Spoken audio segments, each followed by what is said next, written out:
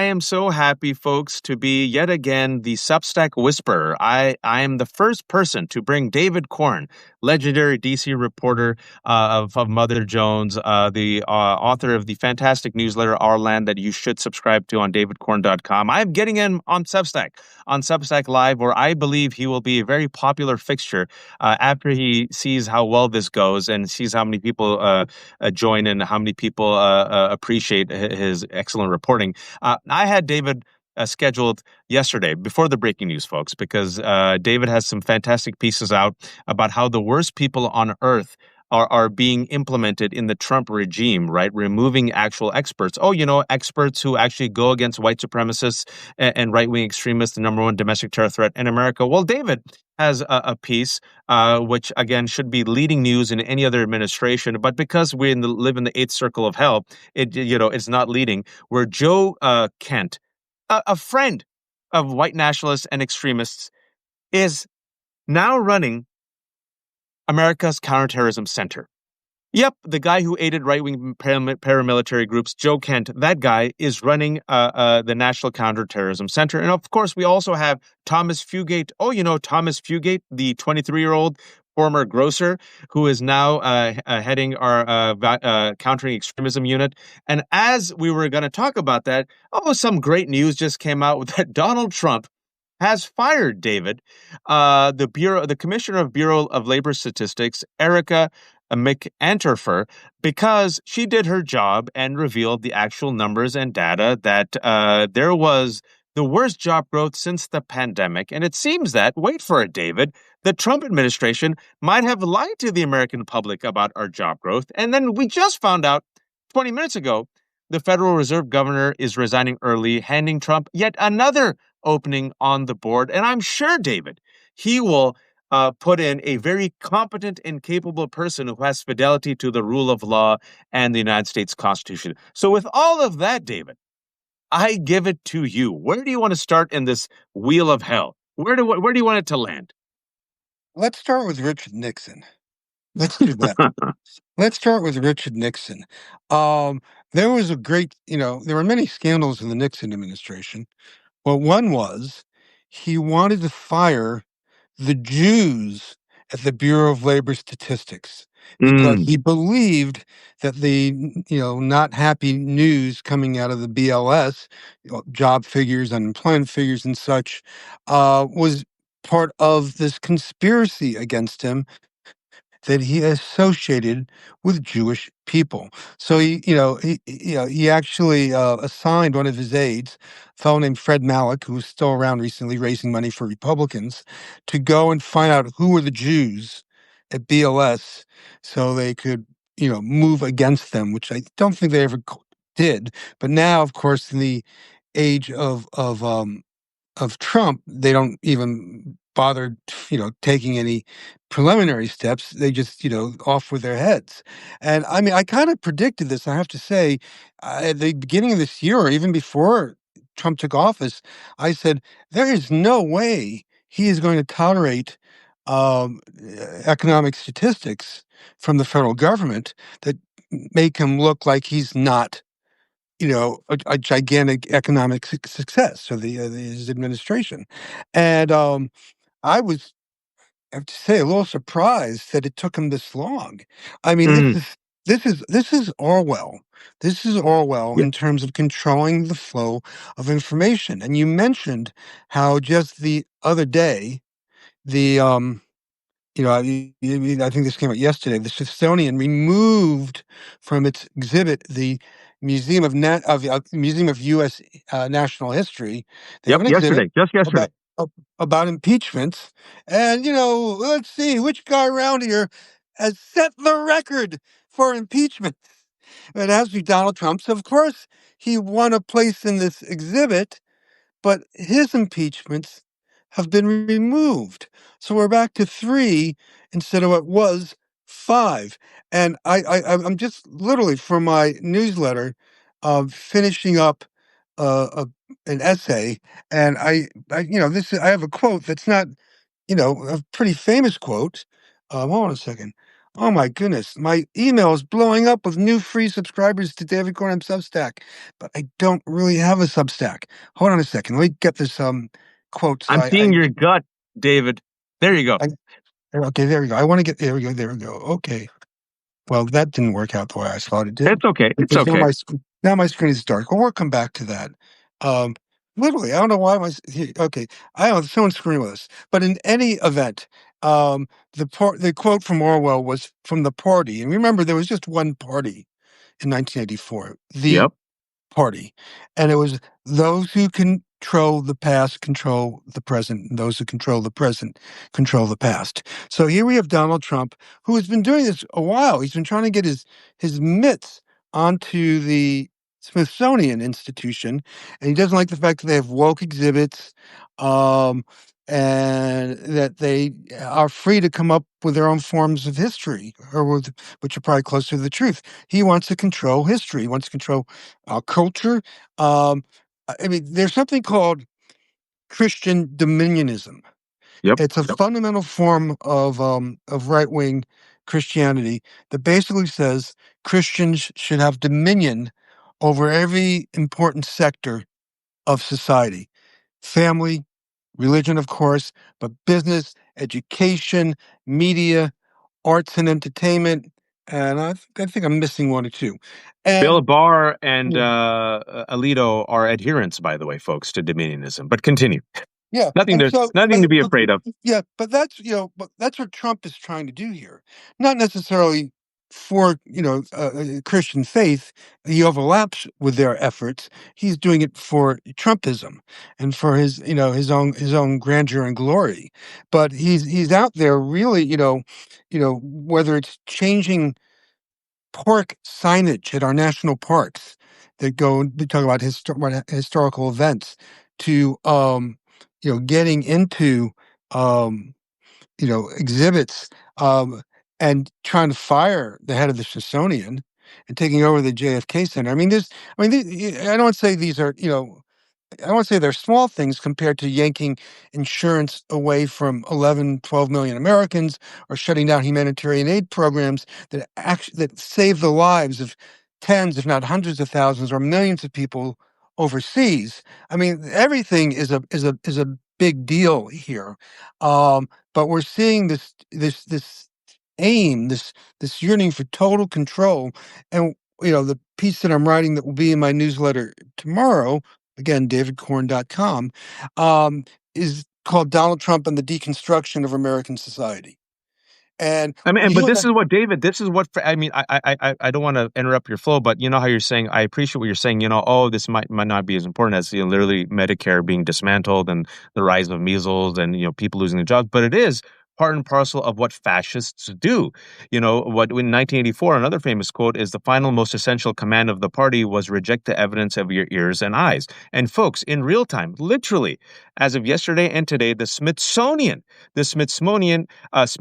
under pressure from Trump, has removed literally facts. They have removed facts from the museum because he doesn't like the facts. So now it says in the Smithsonian, only 3 presidents have seriously faced removal. No, 4. Donald Trump. And as of today, the Bureau of Labor Statistics did its job, released the numbers. He doesn't like the numbers because the numbers make him look terrible because it reveals that his economy and his plan and his policies are taking this country to shit. So what did he do? He removed the person he didn't like and he's going to put in a reek. Continue, David. yeah, well, so I was thinking just like every day, you and I and the good people out there who are watching us, we focus on the outrage of the day, and it's not an outrage; it's usually outrages of the Yeah. day. So now we're talking about the Smithsonian, the BLS. We were talking about Epstein earlier.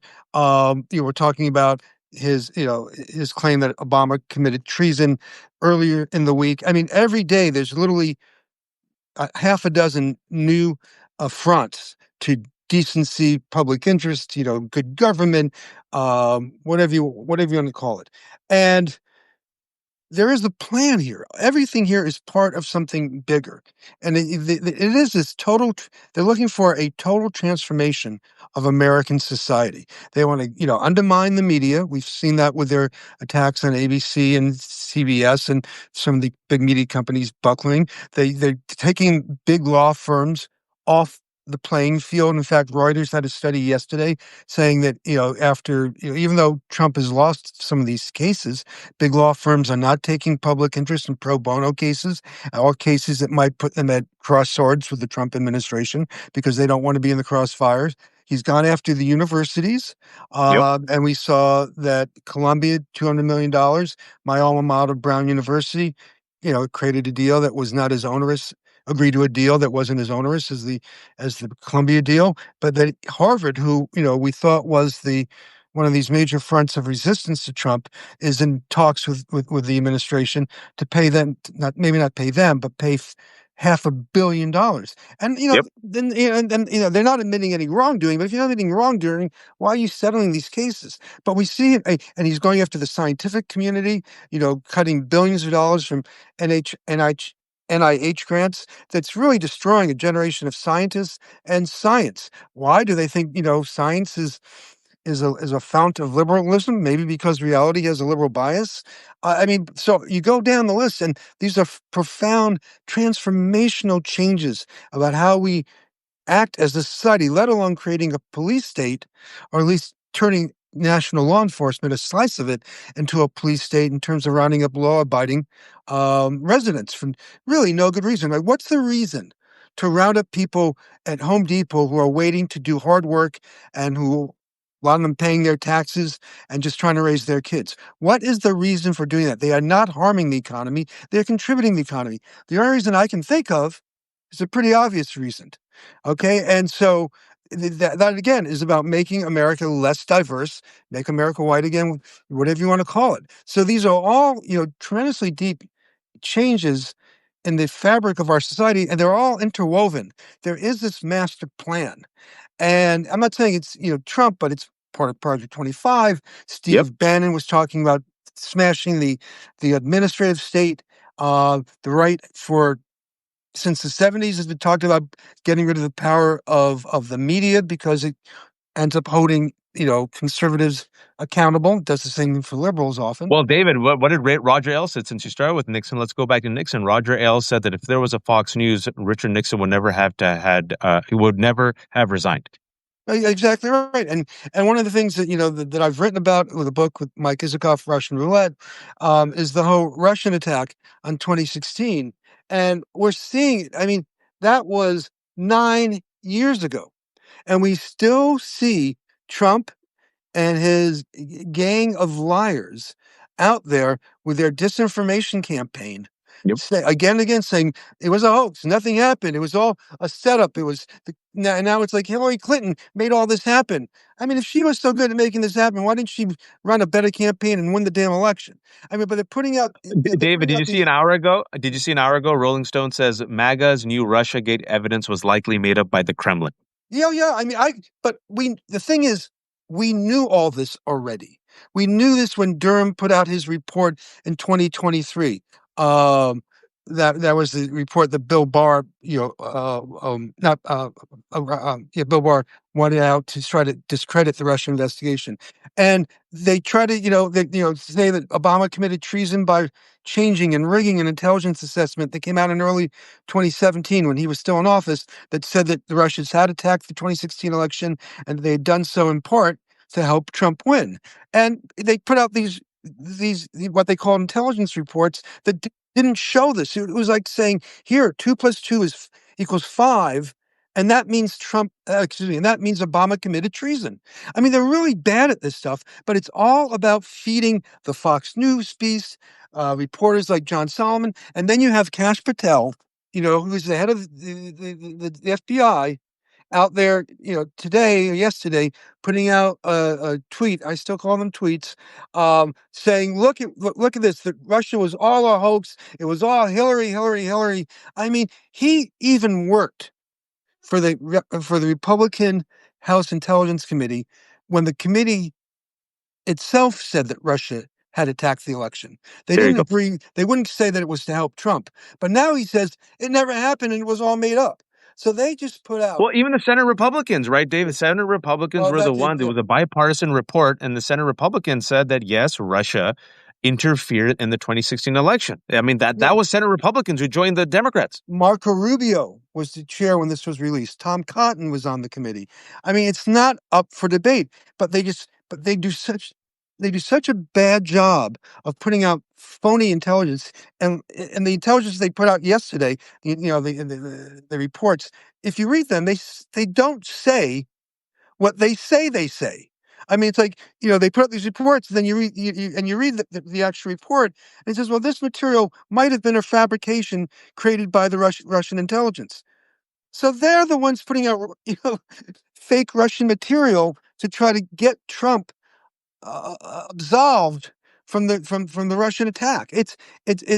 But to your point, Roger Ailes and Fox, the only reason this works is because you have Fox, OAN, Epoch Times, John Solomon, and people like Dan Bongino and Kash Patel, who are podcasters and now are in the government, who say yes. And they participate fully in what is, you have to call it, a disinformation campaign. That's That's it. what it is. It's like the Soviet Union. And so they will just put this stuff out there without any critical analysis, and they will flag and flaunt these lies, to just make it seem like, oh, there's new material, and oh, Obama and John Brennan, the CIA director for him, and Jim Comey, committed treason. I mean, Jim Comey, the FBI director, is probably more responsible for Trump being elected than almost anyone, with what he did in the last week of the 2016 campaign by reopening the Hillary Clinton email investigation. Now, he didn't do that to hurt her. It's a complicated issue, but if he was plotting against Trump and trying to get her elected and committing treason, he wouldn't have done that. So a lot of this doesn't even make logical sense. But it's Why all wouldn't because Obama and the deep state were in control? Why wouldn't they use their powers to give the election to Hillary Clinton, who barely lost by a mustache hair? And then why wouldn't Joe Biden? Trump always says they're rigging the election. They're rigging the election. Well, why did they not rig it in 2016 when it was that close? I mean, this is the thing with conspiracy theorists. They're always imagining these grand conspiracies of these highly competent secret cabals of evildoers. And then you have to wonder, how come they're now in charge of the government? If these guys are so evil and will do anything, well, it's the whole thing with with Donald Trump saying, they're scum, and they put, when they were in charge of the government, the Democrats in the Biden administration, they put stuff in the Epstein files. Well, if they put stuff in the Epstein files to make Trump look bad, why didn't they leak that? Why would you do that? Why would you make stuff up and fabricate reports to make Trump look bad and then keep them secret?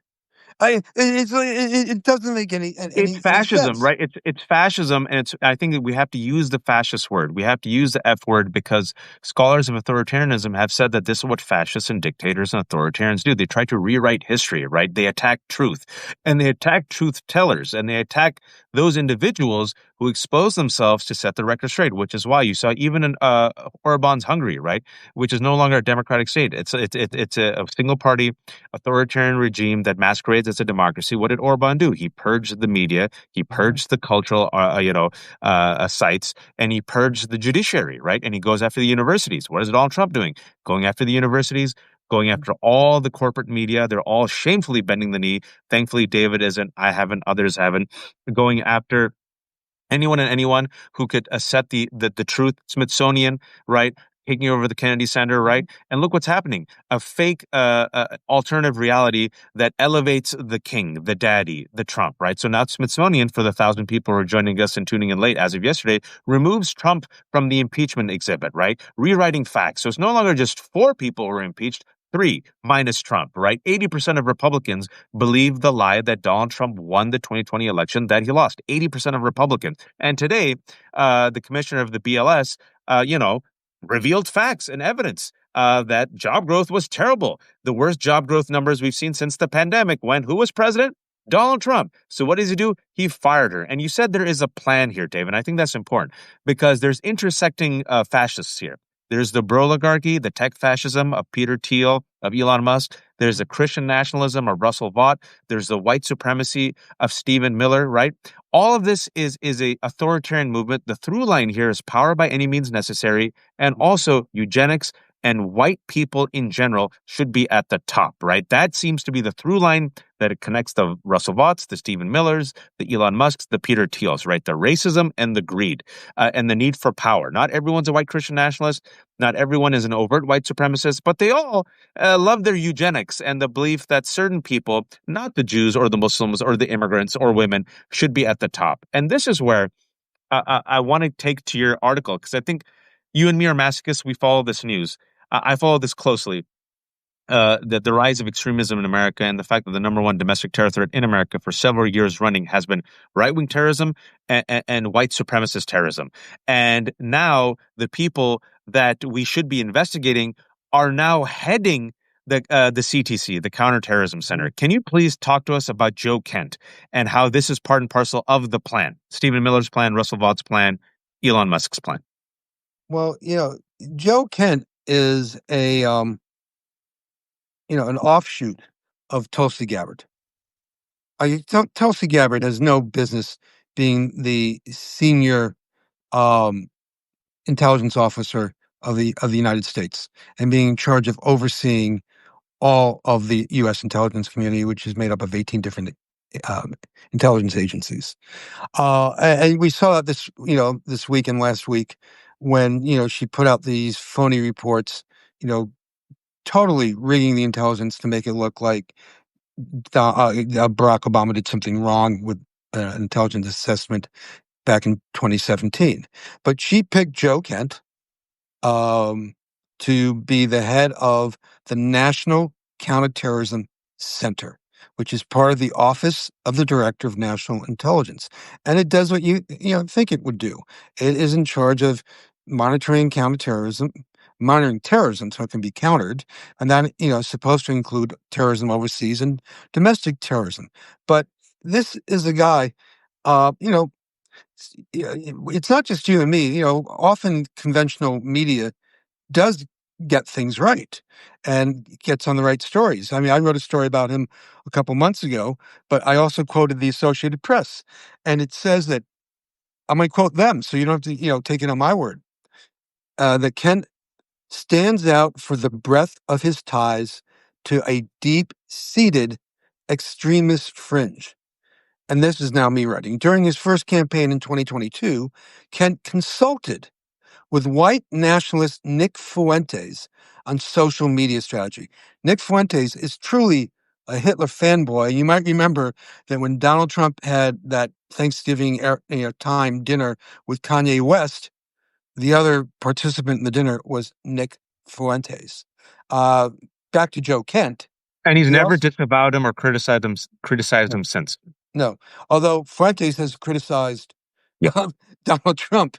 Going back to Joe Kent, he had a member of the Proud Boys on his campaign staff, I noted, and he embraced as a supporter, an ally, a guy named Joey Gibson, who's the leader of Patriot Prayer. That's a Christian nationalist group. And in 2020, Kent helped amplify the organizing message of a new right-wing paramilitary group that called itself First Amendment Praetorian. So here this guy is Christian nationalist, Hitler fanboys. I mean, AP is being a little polite when they say ties to a deep-seated extremist fringe. But part of his job, and you alluded to this, is dealing with domestic terrorism, right? Whether it's from, the far right, far left, anyone in between. But we know that white nationalists and far right folks have really been one of the leading contributors to domestic terrorism. And, it's hard for me to see how he's going to make that a priority when, these are his buddies. These are the groups. This is where he's, the pool in which he swims. Besides the fact, now let's just put this all aside.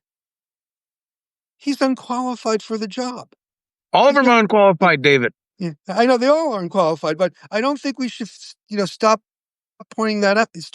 Ever stop pointing out? Tulsi Gabbard is unqualified. Kash Patel is unqualified. Dan Bongino. I mean, it takes a lot of experience, Pete Hegseth, to run an organization of 35,000 employees, which is how many people there are in the FBI, and to be able to do that, and to have the wherewithal to understand the full breadth of the government and what other agencies do and how to interact, and what do you do in a crisis, who do you call first, understand intelligence and law enforcement agencies in other countries that you might have to interact with, liaison with in case of an emergency or crisis.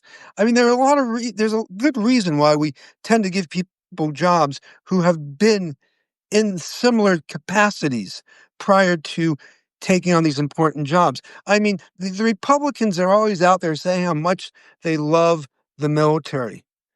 Pete Hegseth, by any standard, seems to be having a terribly difficult time at the Pentagon. Put aside even his policies, staff is leaving. People are complaining about him. He seems to be, acting like his own mini Mad King there. But he has no business running the Pentagon because he's never done anything close to this. And the foundation he kind of ran into the ground. And there were a lot of issues there with his management. They contributed perhaps to his drinking, which he claims he's not doing any longer.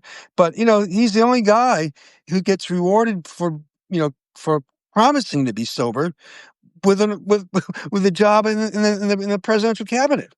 So, so it's, so they are all, we have the government. It's kind of frightening at this moment in time, in the hands of people who have no business, holding these jobs, and then their own connections completely undermine the job they're supposed to do. I mean, Tulsi Gabbard has been very pro Putin and has, passed on conspiracy theories that the Russians have disseminated about the war in Ukraine. It's her Russia's girl. job to it's her job to counter Russian intelligence and influence operations when she's been actually a party to them in years past.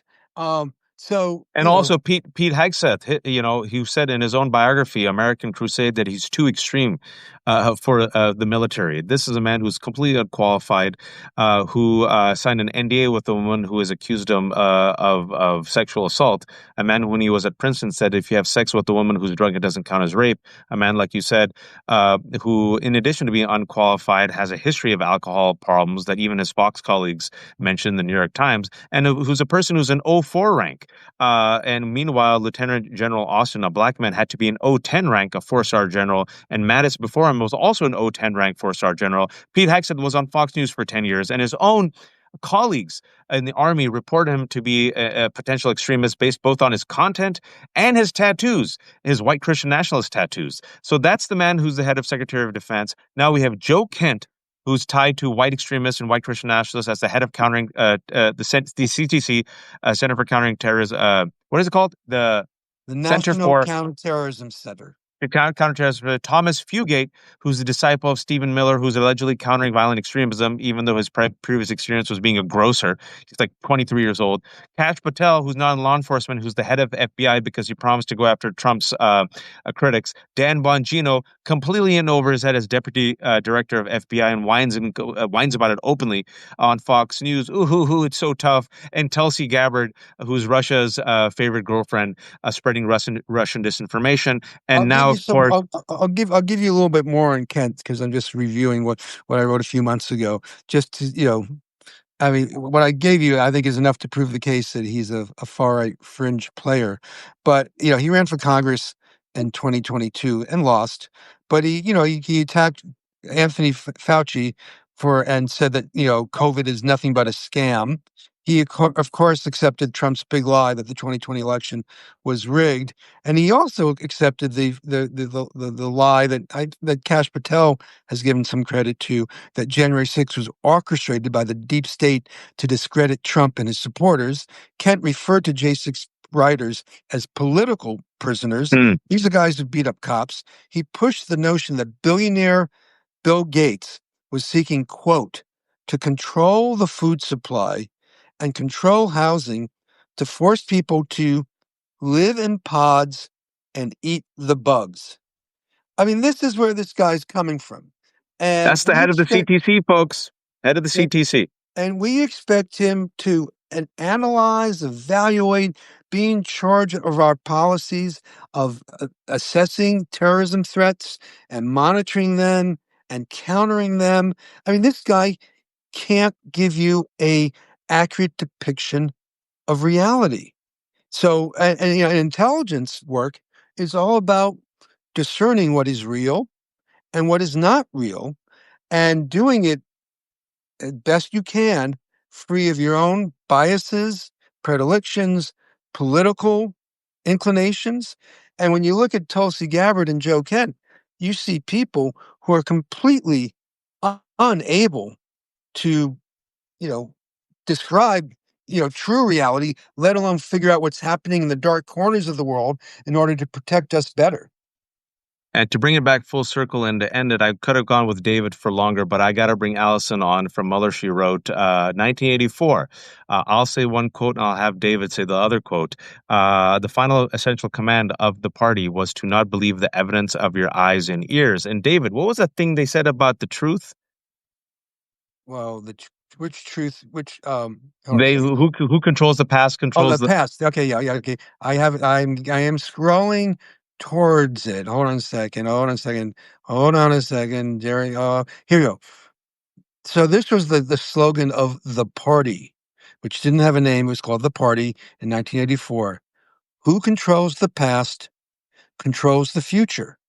Who controls the present controls the past. And the Smithsonian, as of yesterday, bending the knee to Donald Trump, has removed mention of Trump's impeachment. And now it says instead of 4 past presidents who were impeached, only 3. And today, a person who did their job and accurately reflected the data that showed very minimal job growth, terrible numbers, reminiscent of the pandemic when Donald Trump was president. That person has just been removed by Donald Trump today and most likely will be replaced by another reek like Tulsi Gabbard, like Joe Kent, like Kash Patel, who are interested in promoting fiction and myths and lies to placate their king and daddy, Donald Trump. This is what happened in Russia. This is what happens in Hungary. This is what happened in Nazi Germany. This is what happens under fascism. I have to go to Allison, but David, I give you the final word and shamelessly promote yourself. To the 1,100 people who are watching, I'll have this conversation up later today. It's with the mighty David Korn of Mother Jones. Don't worry, there'll be a transcript. Everything's for free. Become a subscriber. But David, final word to you, and also shamelessly promote yourself. I think as we think about this, as you people out there are reading and talking to your friends, neighbors, colleagues, particularly those who might not see the world as you see it, really focus on the big picture. Easy to get outraged by each individual outrageous action that happens almost on an hourly basis, but look at the big picture. This is the deconstruction of American society. There is a plan here, and I will segue into my shameless self-promotion. Self-promotion. Shameless self-promotion. Now, it's also a bit selfish. That I have a newsletter. It's called Our Land. You can get it at davidkorn.com. That's Korn with a C. And if you sign up, I think right now, this is kind of what I'm writing about for the issue that goes out tomorrow morning. So please give it a try, and I'll look forward to seeing you over there. And Waj, thanks a lot. There's Allison joining us. Do I have to sort of hand the baton? Let's do it. Hand the baton. Here's the I'll talking start stick. running. Here's the talking stick, okay? And the conch. David, that was fantastic. Allison, this was David's first time on Substack. He did a great job. We got 1,200 people. So you already got a primed audience for you. David, we'll see you next time. Thanks so much. Good opening act. Take it away. Great opening act. I'm going to link to David's latest piece and also to Our Land. And now we're going to talk about Allison's latest piece. Thanks, David. Allison, latest piece talking about how this authoritarian regime is literally gaslighting us to our face, literally lying to us to our face, literally making us not believe the evidence before our eyes, in our ears, and is trying to do some type of Jedi mind trick, but they're so reckless. Folks, Allison has an exclusive piece that came out today, and she's such a trooper. She moved around her schedule to join us. So thank you, Allison. Allison's exclusive on Muller, she wrote. You should all go, like me. There's no paywalls. She's a terrible capitalist. We want to help people have information, become a subscriber, preferably a paid subscriber. Exclusive, Allison. Someone waived Ghislaine Maxwell's sex offender status to move her to a minimum security camp in Texas. You heard that correctly. Allison has the sources. And before I give it to Allison, folks, there is no reason for Ghislaine Maxwell, who was complicit in the grooming and molestation of countless girls, to be moved from Texas, where she's serving her 20-year sentence, to a minimum security camp from Florida to Texas. Folks, we try to connect the dots. Todd Blanche, Donald Trump's attorney, and who's a deputy attorney general, met with Ghislaine Maxwell 2 days under secrecy, and then Ghislaine Maxwell's attorney on Twitter openly is appealing to Donald Trump and to the Supreme Court for the victim, Ghislaine Maxwell, to get commuted. And then, as the week is ending, for no reason whatsoever, Ghislaine Maxwell is being moved from a prison in Florida to a minimum security camp in Texas. And Allison's reporting shows that someone waived her sex offender status. Wow. Allison, bombshell. I give it to you. And I'm just starting to get some information now on what I reported. It was about 3 hours ago that I put this out. I have actually seen the documents and the waiver of her sex offender status, which is like PSF, public safety factor, right? And when you have a PSF sex offender, you're not allowed to be transferred to minimum security prisons. You have to get a waiver from someone higher up in the Bureau of Prisons in order to make that happen. And I had laid eyes on that waiver. And I reported it through my Substack at MullerSheWrote.com. And now I'm just starting to get in 3 hours later. Ken Delanian from NBC with Lisa Rubin is confirming my reporting. They don't mention me, of course, but yeah, you never get mentioned. I mentioned you, though, earlier today. I'll give you another shout out for another story, but continue. They're confirming Ghislaine Maxwell was technically ineligible to be transferred to a minimum security prison camp, and the Bureau of Prisons had to waive a rule to facilitate that move, according to public records and a federal prison expert. That's what Ken Delanian just now put out on Twitter. He might not have seen my story because he blocked me a long time ago. He blocked Did me he put it on? Did he put it on X right now? Yeah, he put it on Twitter, X, whatever.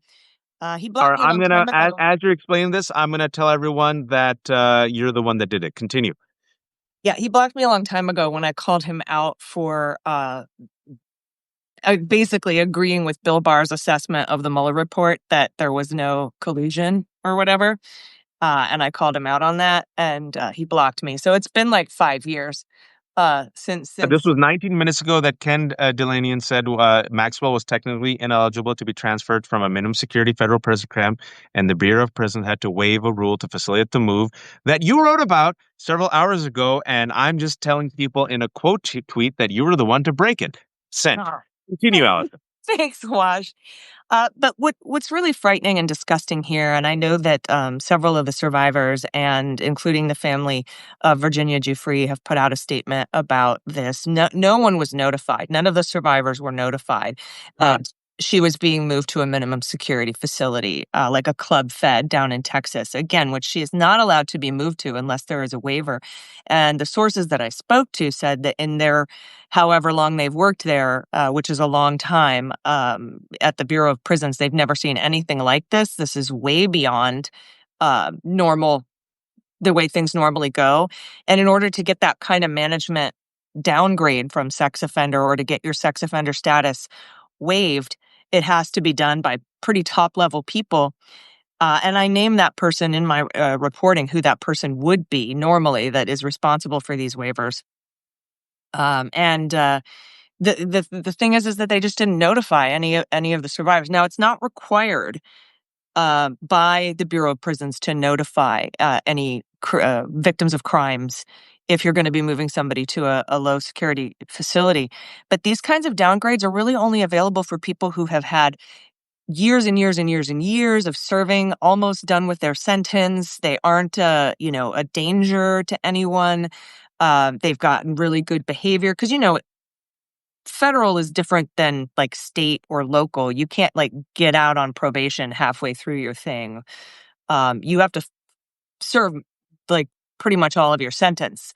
Right. And you don't get transferred to minimum security in the beginning of your sentence. It's unheard of. And a week after she met with Todd Blanche without the line prosecutor there who knows the case, Maureen Comey, who was fired by this administration, without any FBI agents present who worked on the case. A week after that meeting, they're moving her to a minimum security facility. And I have to ask if this is in exchange for something, if this is the reward, or if this is a step in a process toward a pardon, because my understanding is that pardon is also being Lev, discussed. I had Lev on just an hour ago with Zev, and Lev said what you just said. Lev said this is part of a process, step by step. Lev said that his sources told him, I think it was a couple of days ago, that the first step that you will see was Ghislaine Maxwell being transferred to like kind of a Club Fed type deal, a minimum security camp, right? Much better condition. Still prison, folks, sucks, but much better condition. And then afterwards, you and I have talked about this.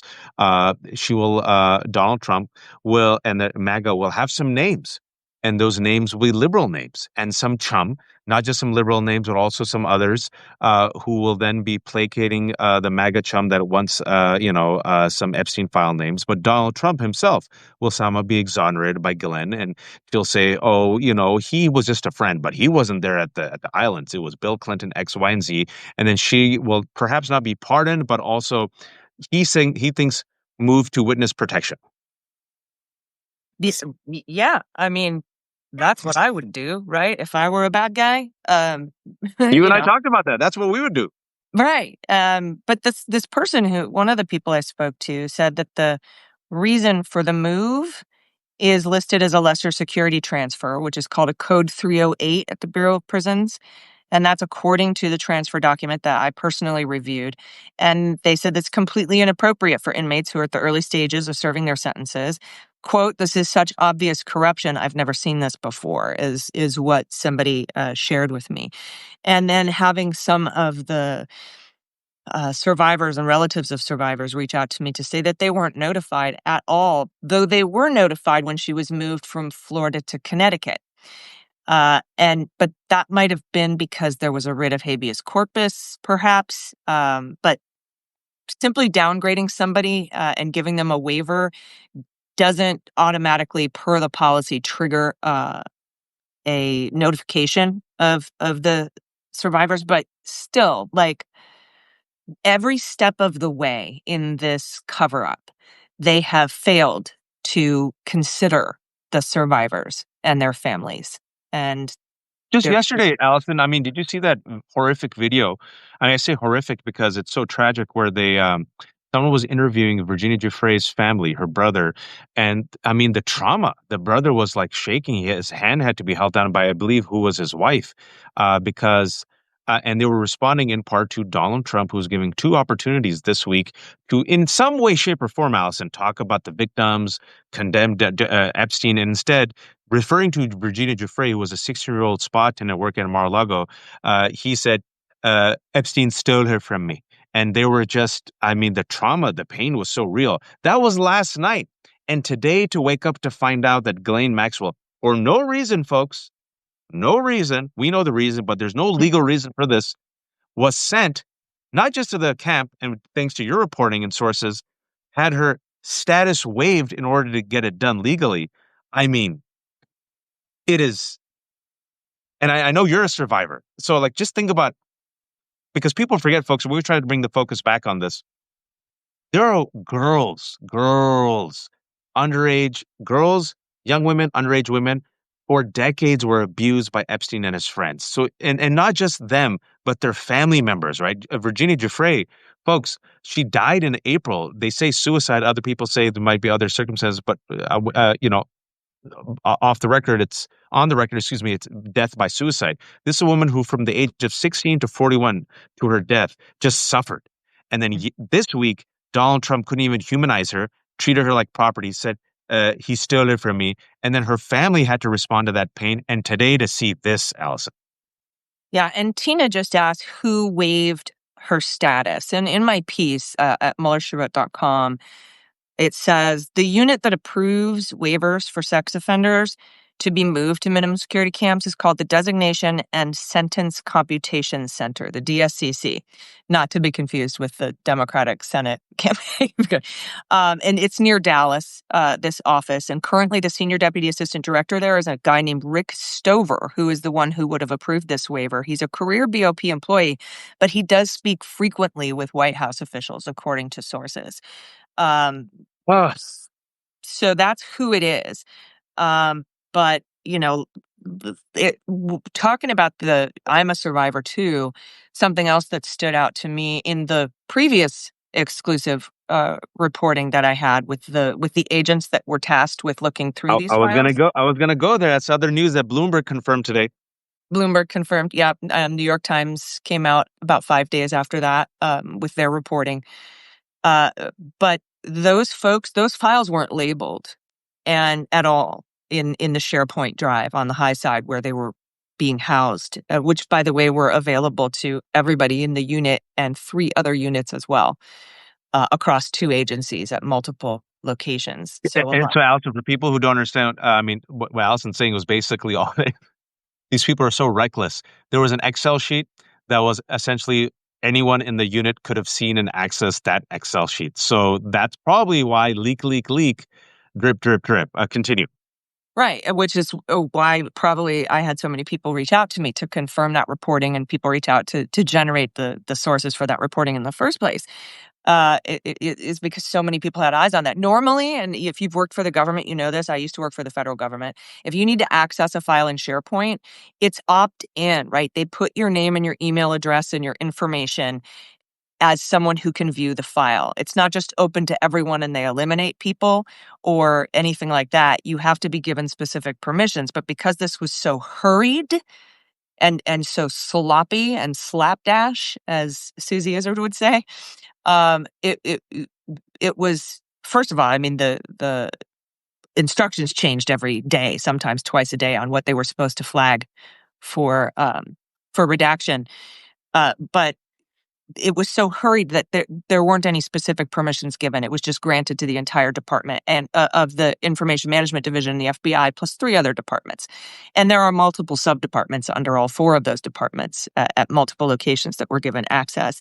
But the thing that I was getting at about being a survivor is that there were several people, according to my sources, who are also victims of crimes like these, survivors of sexual assault, and these files weren't labeled, and they would open them and immediately be hit with videos and images and photos, and they were kind of just given this lip service of, oh, well, if it's traumatic for you, you can always speak to our EAP, right? Our on-site counselor or whatever, or things like that. But they were just blindsided and gut punched by what they saw in these files without any warning. So there wasn't even any protections on the employees that they were forcing on 24, sometimes 48-hour shifts to go through these files.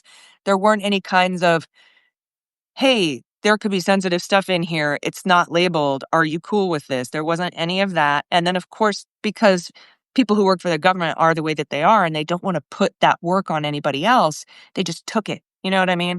Mm-hmm. Like, if I don't do this, somebody else is going to have to be subject to it, because that's how much they care about their fellow employees. But this regime does not care about its employees. They are constantly smearing their employees, and they also do not care about the survivors of Epstein and Maxwell, as evidenced in the 18-step cover-up that they're currently in the process of in the most incompetent, shameless, reckless, dumb cover-up, which should be in the future history books next to the Streisand effect. Instead of having a definition, you should just have Donald Trump's face there.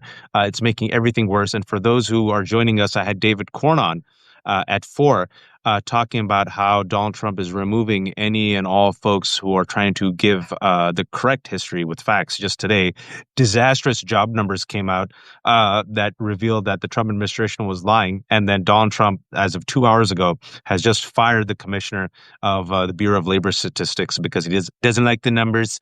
And then yesterday, Smithsonian, under pressure from Donald Trump, has removed from their exhibit that he was one of the 4 presidents impeached because, of course, that's what's happened in fascists. And right now, in real time, what this fascist regime is trying to do is don't believe the evidence of your eyes and your ears, and they're trying to gaslight America. Because again, folks, I want to go back to this. There is no reason for Ghislaine Maxwell to be transferred from where she is right now, Florida, to a minimum security camp. And Allison's fantastic reporting, in order to make that happen, her status as a sex offender had to get waived in order to make that happen. And this is happening on the heels of her 2-day meeting with Todd Blanche, who also was Donald Trump's personal attorney. We still don't know what was discussed. It was shrouded in secrecy. And right after that 2-day meeting, we have had her attorneys openly on Twitter, because this is how these people can't even crime properly. They're literally, Ghislaine Maxwell's lawyer was literally tweeting with Todd Blanche on Twitter, folks. Can't make this shit up. And it's like the world's most unsubtle quid pro quo. Like Lex Luthor and supervillains do their shit like behind closed doors. They're not even doing it behind closed doors, right? And then this week, again, Donald Trump was given 2 chances just to pretend to be decent and empathetic, but this is who he is. He's a cruel vulgarian. He couldn't do it. So this is happening in real time. And I want to go back to a story that Allison broke, and we talked about, what was it, last week, Allison? That you said you got sources telling you that the division of the FBI was charged with going through all the documents and circling Trump's name. And they thought, okay, we're doing like this, investigation, but they weren't. What they were actually doing was to protect a cover-up. And they were asked to, circle Donald Trump, and Donald Trump apparently was mentioned many, showed up many times. Bloomberg today, several hours ago, said the FBI redacted Trump's name in the Epstein files. The Bureau's FOIA team, tasked with conducting a final review of the records, blacked out the names before higher-ups said last month that releasing the documents would not be appropriate or warranted. I don't know, Allison. Seems to be like a big deal and a cover-up. I yield the floor to you. Yeah, and as I said in my reporting from a while back, Like last week? 2 weeks ago, maybe? 2 weeks, yeah. It wasn't just the higher ups at FOIA at FBI. There were also people in the Department of Justice that reviewed these redactions as well. But since my reporting came out, I'm happy to say that Democracy Forward, Norm Eisen, and all those guys have forwarded this spreadsheet where they were tracking all of, because what they were doing is each individual person of like 1,000 plus people had individual spreadsheets going, and then they would upload those spreadsheets at the end of the day, and then those were all stitched together in a master spreadsheet on the SharePoint drive. And so I immediately, myself and my lawyers, Cal McClanahan at National Security Counselors, FOIA'd that spreadsheet, and then also FOIA'd something else that Bloomberg didn't have in its reporting, but I had in mind. There were also training videos on how to redact these things, because as Bloomberg pointed out, and as I said in my reporting too, most of these folks aren't even in the RIDS in the FOIA office. These are 1,000 people in information management who don't redact things, right? So they would have needed the training. Jason Leopold also put this out, FOIA Master, way back on like March 28th or something like that, talking about the rules for redaction. But there were actually training videos on how to use your Excel spreadsheet, where to upload your information for when you see mentions of Donald Trump, like specifically training videos. And so since that reporting, both Democracy Forward and Senator Dick Durbin and folks on the Judiciary Committee in the Senate have asked, either demanded, Department of Justice hand over the spreadsheets and the training videos, and Democracy Forward has FOIA'd it. But I FOIA'd it the day that reporting came out. So we already have a couple of FOIAs going. My lawsuit will probably hit the docket for that information before anybody else's, since I filed it before I put the reporting up, because I knew everybody was going to start FOIAing these spreadsheets and these videos. So I just want to give a big shout out to national security counselors for helping me file those requests. And you can support them too, by the way, in their work, because this is all pro bono stuff that they're doing with me and MSW Media, my podcast network. You can support them at nationalsecuritylaw.org/donate. So they're a 501c3. Everything would be tax deductible. It all goes to them. It all goes to this good work for FOIAing these files and making sure that if they don't hand them over, they have to tell us why they don't want to hand them over. So that's the goal isn't just to get these files, right? Because they're not going to give it to us. The goal is to get a judge to make the DOJ tell them why they're refusing to hand them over. And this is like the world's worst, most shameless, most naked, most transparent, most public cover-up in history. I want to remind people the Wall Street Journal, that flaming communist rag owned by a liberal, woke superstar Rupert Murdoch, reported that Pam Bondi told Donald Trump in May that he was mentioned in the Epstein files and documents. And that means for the past 2 months, folks, this Trump administration has been lying to the American public, because Donald Trump was asked about that by ABC News. He lied. And furthermore, they have been engaging in an active cover-up. The question is, what are they covering up? And the answer seems pretty clear. A lot of powerful names, not just Donald Trump, but some certain other powerful people. I want to ask you this, Allison. Lev says part of the plan, like we mentioned, is first and foremost transferring Ghislaine. So he was right about that. His source said that's what's going to happen. The second one was that Ghislaine would mention liberal names, and not just liberal names, some chum for the right wing. Right, So like liberal. the Bear Stern guy or the... Yeah. The Clinton, probably Summers, Richardson, Gates, and a couple others. Okay, the plot, Lev said, the hope is that Democrats, certain Democratic establishment, some of the old guard, like the Schumers and others, in order to protect the Democratic establishment and some friends and some donors, will then align with Donald Trump and say, okay, this is a distraction. Let's talk about the bill. Let's talk about measles. And the hope is that the Democratic establishment, or certain people in the Democrats who are close to these folks, who are also donors, will then be complicit in, if you will, the distraction. You and I have talked about this, and you and I are under agreement, and I'm very confident we're still under agreement. If I'm wrong, let me know. That it doesn't matter who's in the file. Democrats, libertarians, celebrities, philanthropists, donors. If it's shown that these people were complicit in any way, shape, or form on preying on girls, F them all. Who gives a shit? Release all the names and then have these people answer, why are you in the files? What's your relationship with Epstein? What did you do? You're innocent until proven guilty, of course, but you probably should answer why you were on the plane. Your take on this? Yeah, I don't give a fuck if Bill Clinton is in the file. I'm not planning on voting for Bill Clinton of anything in the future, nor is he like a friend of mine. And even if he was, he would no longer be in this instance.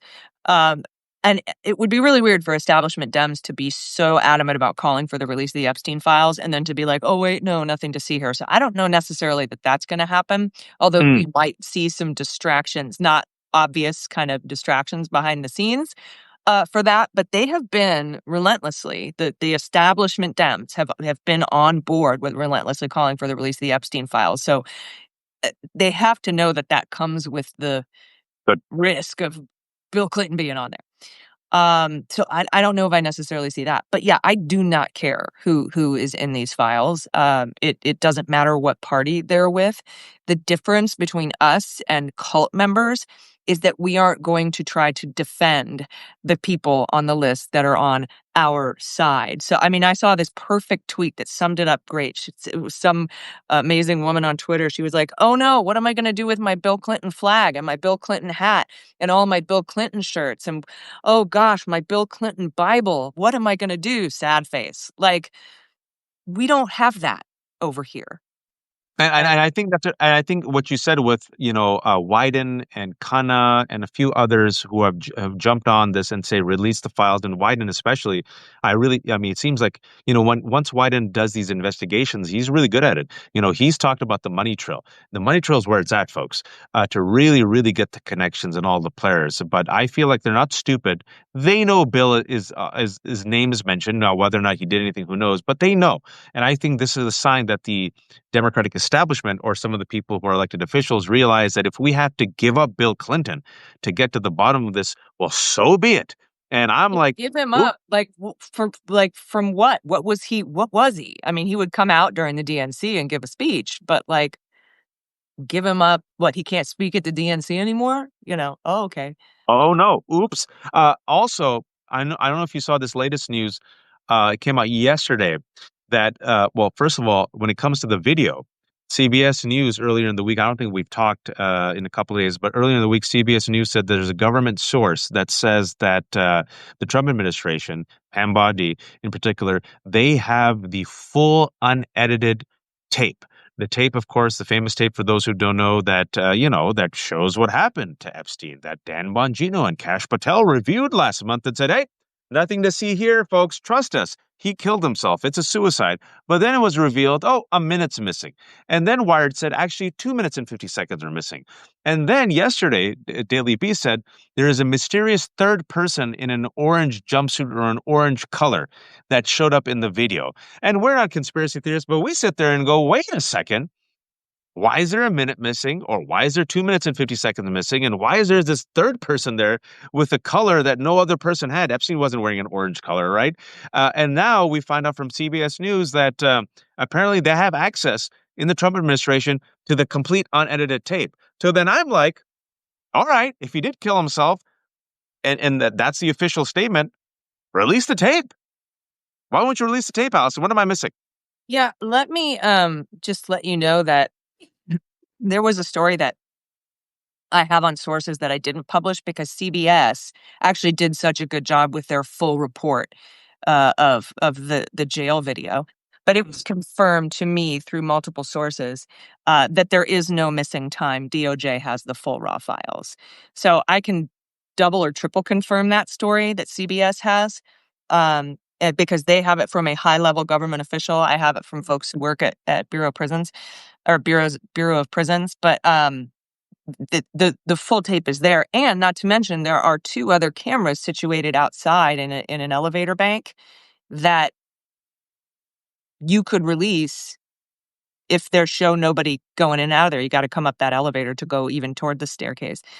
And this was in CBS's reporting. Again, I didn't put this out because CBS covered it all, and I would just be sort of repeating and piling on.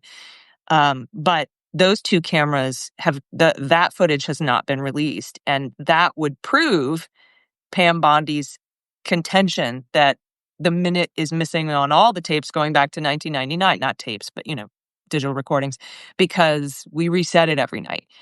Now, what is not understood within the Bureau is why Pam Bondi lied about that and Right. why she didn't just release the full raw video. Which we can now confirm, double, triple, quadruple confirm, is not the raw files from beginning to end. So there are 2 files stitched together. I think it was done in Adobe. There are screenshots. You can see a cursor in one of them. It's, kind of proving that just the incompetence, Waj, the incompetence is. Remember when Manafort tried to reformat a PDF document to lie and he got caught? Or remember when Manafort's lawyers tried to redact a document and filed it on the court document but actually all they did was highlight it in black. So people just went in and unhighlighted it and read what was behind the redaction bars. These are the people who are trying to orchestrate one of the biggest cover-ups of a sex trafficking pedophile ring in history. And of course, they are doing exactly the job that I would expect them to do in covering it up. But that CBS report was very, very thorough. And I think that all Pam Bondi would need to do is release those additional tapes to either prove her fact that there's a missing minute, or as we all know, there are no missing minutes, and just release the entire thing. Because if their contention is that nothing happened and you release the minute and nobody goes in and out, okay. But she can't do that now because she lied her fucking face off to the world.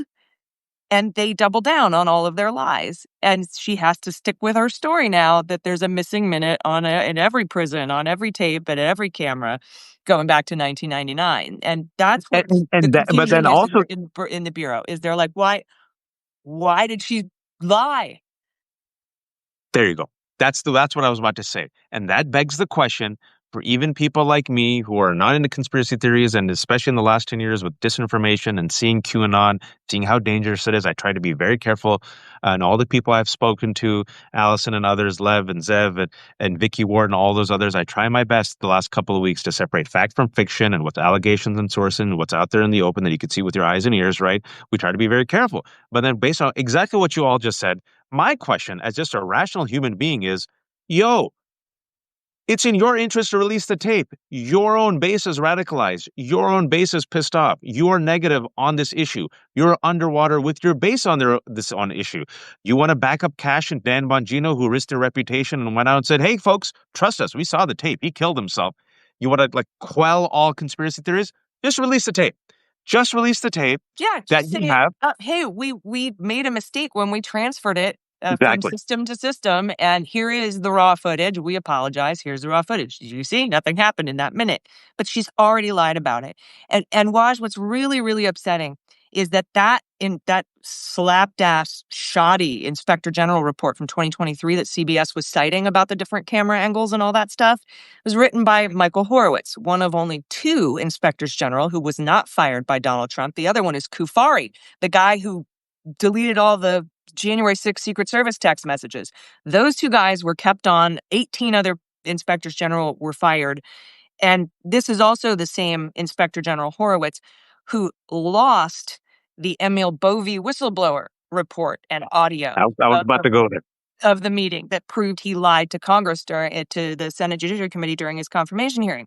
That found the day of the vote to confirm him. Same guy. So that's the IG we're talking about. By the way, at the end of, I think, June or early July, he was moved from his longtime job as Department of Justice Inspector General to, guess where? The Federal Reserve. He is now the watchdog at the Federal Reserve. Well, and if today the Federal Reserve Governor is going to resign early, handing Trump an immediate opening on the board. And that was today, folks, from 1 hour ago. There you go. It's happening. He's going to be investigating Jerome Powell and his $3.1 billion building where Jerome Powell showed up Trump on TV. Guess who's going to be investigating that? Yeah. It's going to be Horowitz. It's folks, they're not even good. They're not even trying to cover it up. That's what, this is like we're being killed by the world's dumbest, most reckless people. It's a fascist regime. They're rewriting history, rewriting the facts. 80% of Republican voters believe that Donald Trump won the election that he lost. Many of them believe in the replacement theory. Many of them believe in QAnon. And the interesting thing is that the only thing that might actually take out Donald Trump is the fiction that they fed their own base. And now they can't remove themselves from it because the base has been radicalized in real time with the story of the deep state and me and Allison, anyone who's against Donald Trump is part of this international sex trafficking ring where we worship the devil, not making this up, and not only just, God forbid, molest kids, because that's bad enough. No, we murder the kids, and we're all part of the deep state, and the only person who could come in and fix it is Donald Trump, and Donald Trump gets elected, and he brings Kash Patel and Dan Bongino and Pam Bondi, and now who are supposed to reveal the deep state conspiracy through the Epstein files, but oh shit, Donald Trump is all over the Epstein files, so they can't release anything, and guess what? Now they've become the deep state, and they're thinking, and they might get away with it. I don't think they will, because someone said, well, Donald Trump's gotten away with everything so far, but this is the reason why I've been saying this for a couple of weeks, Allison, is the reason why this one's sticking, and this is the sad state of affairs that we're in America, is that it's his base and the right wing that's leading it. Wall Street Journal is doubling down. Rupert Murdoch is doubling down. Fox even News is doubling down, right? They didn't let him distract. They published the same day that Donald Trump last week tried to distract with Obama. Ned Price published his piece calling out Tulsi Gabbard. And now you're seeing the MAGA base coming out, right? This one is a tough nut for them to distract from. That's my take, Allison. I don't think he'll be successful on this, but your take. Yeah, I was actually, the reason I keep looking down is I type little things I want to ask you as you're talking. Otherwise, I forget. But I was going to ask you, did you think that the Epstein story would stick around this long? And I personally didn't at the beginning because a lot of folks were like, oh, he gets away with everything. I was hoping that it would stick around. But a lot of this, and I've talked about this because your theory is that MAGA gave them the permission, gave the corporate media the permission to keep running this story. But also, I thought it would be gone by now because I was overestimating their ability to cover this up. They are dumb. They are incompetent. Here's some things you don't do if you want a conspiracy theory to go away. You don't fire the lead prosecutor. You don't give Ghislaine Maxwell immunity and then not meet with anybody other than the FBI agents. You don't edit the Epstein jail videos in such an obvious way that everybody's going to pick up on it, and then be reported in multiple outlets. You don't move her to a low security facility, Club Fed in Texas, by waiving her sex offender status. Like, these are, if you want something to go away, like, do they have a PR like, talk to the Tylenol people, how they got out of that whole thing in the 80s or something. Talk to somebody like Nice deep cut that I actually I know what you're talking about, Allison. Well played. I mean, it was one of the best PR saves in the history of a branding, right? The Tylenol thing with the poison and the whatever. But I remember was during the first Trump administration where I was like, I should start a website. I should start a website called runitbymefirst.com. Like, if you think you have an idea, send me an email at allison@runitbymefirst.com and I will tell you if you're fucking stupid or not. And that didn't just come out of politics. It also came out of like Toyota rebranding itself to moving forward, when they had a problem with automatic acceleration and no brakes. Like, come on, run it by me first. And this is just not the way that if I were a criminal mastermind would cover any of this up. So while it's that MAGA hates this and they're mad and they're giving the corporate media the permission structure to keep this in the news over and over again, I also think it has to do with the fact that they are just completely and totally incompetent and unable to properly do a villainous cover-up. To answer your question, the reason why I have been consistent, and some people say, well, Waj, and I understand people's cynicism. Nothing's penetrated. They'll distract. And why I said, I think this is the thing that'll crack. Weaken. I didn't say it'll break him. I said and I've been on it, folks. If you've been following me, I said Democrats, everyone, the majority, stay on this issue. Stay on Epstein. And I've said one of my favorite memes is Ken Watanabe from Godzilla, let them fight. It's because, like a masochist, I've been following MAGA for, and the radicalization of MAGA since 2011. And Elon Musk, folks, when he had his dust-up with Donald Trump, you all recall on June 5th, Elon Musk, who knows the base, what did he say? Donald Trump is in the files. And I said at that time, that out of all the things that Elon Trump has said against Donald Trump, that one, folks, I said in June 5th, that one's going to sting. That's the haymaker. And because he knows the base, because the base, again, has been radicalized by Donald Trump, Bongino, and the right wing. The base has been radicalized with the QAnon conspiracy, which Donald Trump himself has promoted, which, folks, has radicalized people like Ashley Babbitt and others to commit violence. It, folks, has radicalized a dad to kill his own family in San Diego because he thought the mom had transferred the devil spirit into the girls, right? So this is what the right wing has done going back to Pizzagate. And they're like, well, this is a fantastic way to go against all liberals and critics of Trump and elevate Donald Trump. Now, the problem is they radicalize their own base. This is like Frankenstein's monster, Allison, right? And the monster was promised red meat. They were promised the files, promised. And you saw that they kept trying to punt, right? You, libs of TikTok, Cernovich, come to the White House, dress up. Here's a binder. Look, binders. And then MAGA, you saw MAGA like, what's in the binder? Never mind. Pam Bondi, I have files on my desk. Can you show the files? Cash, Dan, go on TV and say that you've seen the tape and everything's fine. And it's then like they Ryan Walters getting caught with porn on behind him in his meeting. Oh, so good. So good. And ever since last month when Dan Bongino and Kash Patella, deer in headlights, I'm like, just keep digging, keep digging. And now this is where I was surprised. I always said weaken, right? Like, I don't think it'll dismantle Trump, but the fact that Rupert Murdoch, and I think I shared this with you, right? I think you and I, when we first talked, I said, I think he's sharpening the knives. This is the week where I edited. And I said, he's not just sharpening the knives, Allison. Now the knives have been sharpened. They're pointed at Donald Trump. And now we're in stabby motion. I think we're officially in stabby territory, especially when we all learned that right before Rupert Murdoch in the Wall Street Journal dropped that first piece, J.D. Vance met with Rupert Murdoch. And so I think they see an old man, 79 years old, who, folks, he doesn't look good. And not only does he not look good, he doesn't seem to be that sharp. He lashed out at Josh Hawley. Did you see that? Because he misunderstood what Hawley was saying, and he attacked Hawley. And then Hawley's like, "Yo, don't worry, I'm not coming after your money." He goes, "Okay." I feel like they see that this guy won't last, and I think they're officially hastening his demise. Your take? Yeah, you and I have talked about this. I think we've Oh talked yeah, yeah. about this on Substack Live too. I mean, it seems clear to me that his usefulness has expired. There you go. He signed the billionaire bailout bill. Yep. He gutted our health care and our food benefits and gave them to his rich friends. He signed the Genius Act so that he could do the stablecoin thing. First And pro crypto legislation, where all the rich white men in suits came in and saw him sign it.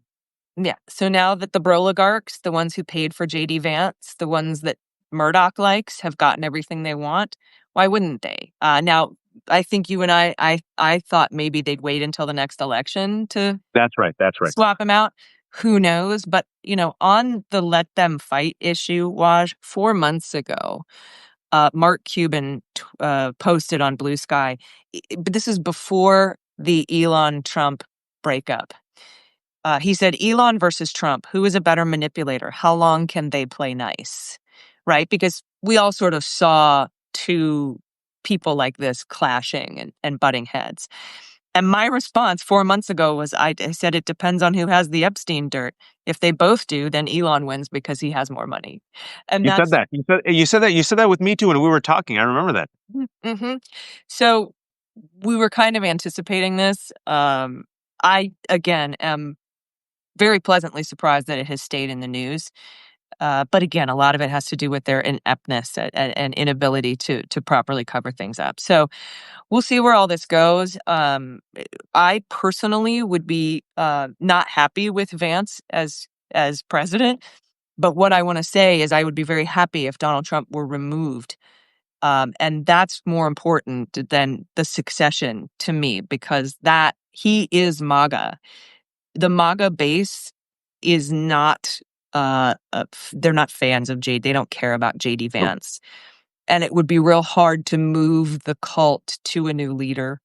Yep. So I think it would really fracture the Republican Party right now, which is why he's desperately running around trying to gerrymander new seats for himself in Texas and probably other red states. So And he will. And no, I completely agree with you. And what we said also, and what we've been saying, especially with my co-host Danielle Moody of the Democracy Show, is that electoral reform that he talked about was cheating. Voila, Texas, openly trying to steal and gerrymander.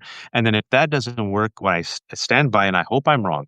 I really hope I'm wrong, and I want to be proven wrong. And if I'm wrong, I'll admit I'm wrong. No problem. Is that if they get really, really, really desperate, folks, he has his own Gestapo. 10,000 ICE agents, $180 billion given to ICE. All the guardrails, most of them are now gone because they're replaced by reeks like Kash Patella, Pam Bondi, Bongino, and a few others. If I were him, I hate to give him ideas, I would simply say that I have to declare martial law. Stephen Miller has already used the term invasion to justify the use of the Alien Enemies Act.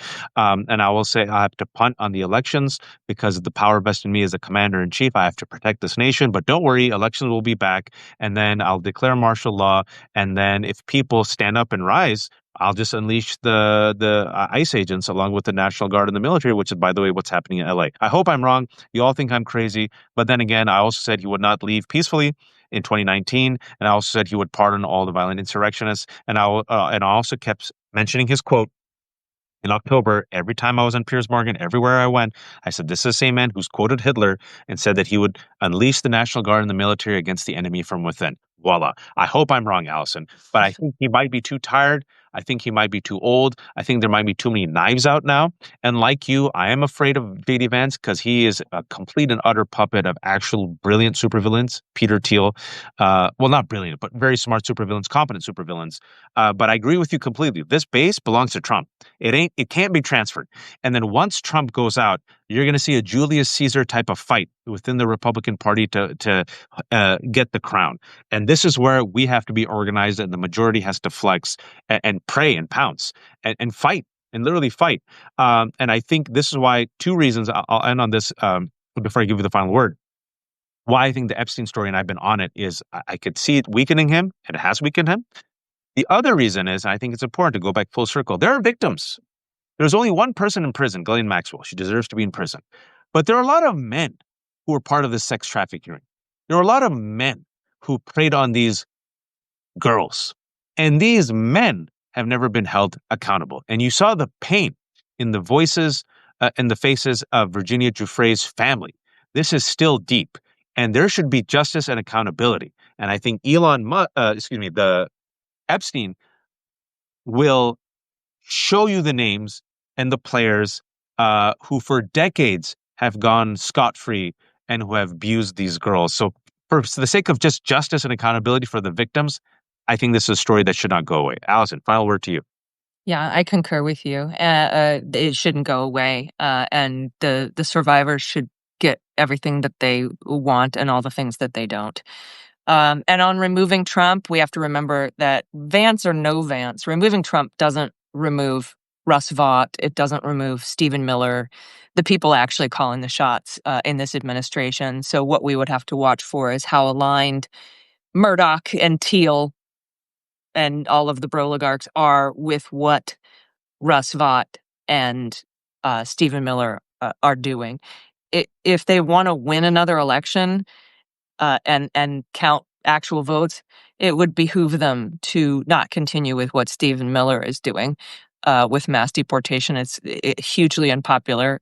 Same with tariffs. But I don't know about the dismantling of the government. I know all Doge wanted was our personal information. That's all Elon cared about. But here we are, and we'll have to see how that plays out. But those are the real people running our government right now, and that's just chopping off the head of the snake, figuratively, does kill. I think it does kill the cult, and that's figuratively. And I do think that that's very important. And you're going to have the broligarchy versus the white supremacists versus the white Christian nationalists. And if you have to just limit it for the sake of simplicity, the Musk, Thiel, Sachs broligarchy versus the Stephen Millers versus the Russell Vaught's. It'll be very interesting, folks. All of them are united by two things: racism, eugenics, a belief that white folks and people who look like them deserve to be at the top, and also a desire for power by any violent means necessary. And the third thing I would say is greed. Those are the three things that unite all of them, even though they kind of have different ways of getting there and different ideologies and agendas. Allison, fantastic reporting as always. Folks, Allison is such a trooper. She completely changed her schedule just to do this. She was supposed to be recording, and now she's going to be recording in 7 minutes. So thank you so much, Allison. For those, the 2,100 people, almost 2,200 people have joined us. I was talking to first David Corn for the first 30 minutes. He did some fantastic reporting about also coinciding with breaking news, how Donald Trump is acting like a fascist and pretty much doing what Nixon always wanted to do, but never had the yes men to do in the rewriting of history and the replacing of qualified, competent people in government with literal extremists, folks. The person who's running the Center for Countering Terrorism now is a man who is aligned with white supremacists and extremists. Yep, that's happening. Another big piece of news, but one of the 87 scandals. And then right after that, Allison joined us to talk about her report that is now confirmed by everyone else, but she broke it early, where Ghislaine Maxwell has been sent for no reason whatsoever, folks, from Florida to Texas to a minimum security camp because someone waived her sex offender status. So we're going to have this up on my Substack and Allison's Substack.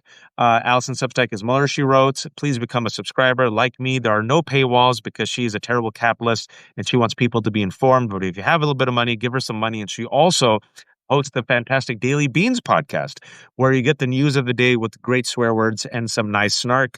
And also, this is the Left Hook Substack. Today, I'm subbing in for Mary Trump. Mary Trump has a live show, 6 p.m. Eastern time, and she's just a bit under the weather, so I'm jumping in for her. We're going to talk about all the news. So it'll give me 30 minutes to get some water. But Allison, if I didn't do a good enough job, shamelessly promote yourself. Oh, no, that was plenty. Thank you so much. I can't wait for your Nerd Avengers takeover of the Mary Trump channel. And all my stuff is always free at MullerSheWrote.com. All of this reporting, all of these scoops. If you do have any information, you can reach out to me. My signal's in my Blue Sky bio. And if you're able to support either Waj or me. All our stuff is free. But if you're able to become a paid subscriber, it really means the world to us. It helps us continue to do this work. So thank you so very much, Waj. It's great to see you. And thanks to everybody who's here for listening.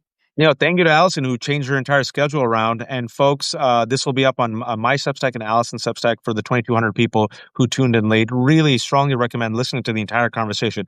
David hands the baton to Allison.